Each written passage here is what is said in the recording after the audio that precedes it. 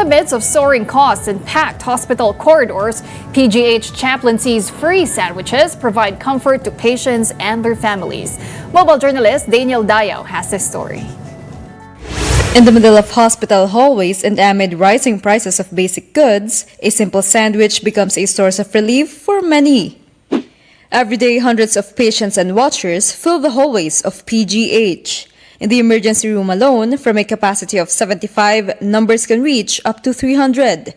And for many, it's not just the lack of space they struggle with, but the lack of resources for daily expenses. Siyempre, walang budget, walang pera. Minsan nagpapasalamat ako kasi yun na lang sa blessing na dumarating na biyaya, like yung sandwich po. Nakakatulong sila sa amin na maibsan yung gutom namin.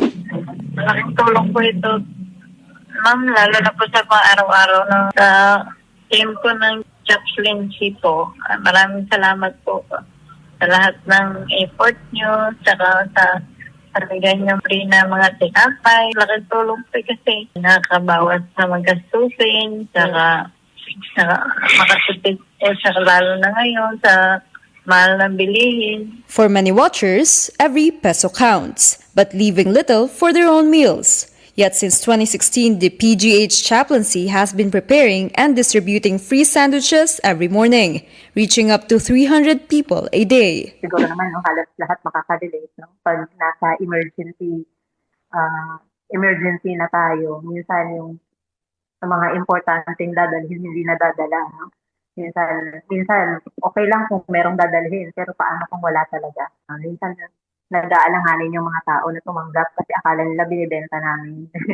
Yung gano'n. So, sabi namin, hindi, libre po ito, galing po ito sa SAPE. What started as a simple initiative has now become a daily routine, one that many have come to rely on. And with the help of donors, they are also able to provide additional support, including grocery packs. It gives us also joy and hope na kahit pa paano sa simpleng act of kindness. And every time na nakikita namin sila na natutuwa, na-excite, kahit na sabihin namin, parang palaging ganon yung aming binibigay, pero hindi sila nagsasawa. Kaya minsan ini-encourage din namin yung mga donors, no?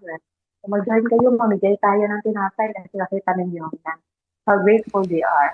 At a time when many sick Filipinos continue to struggle, initiatives like this offer a sense of hope.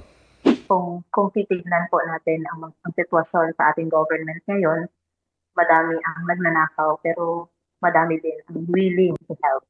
And marami pa rin ang mabubuting puso. Kaya it gives me hope na sa pagtulong-tulong, konting bagay na may iaambag natin sa ating kapwa ay malaking tulong na yun.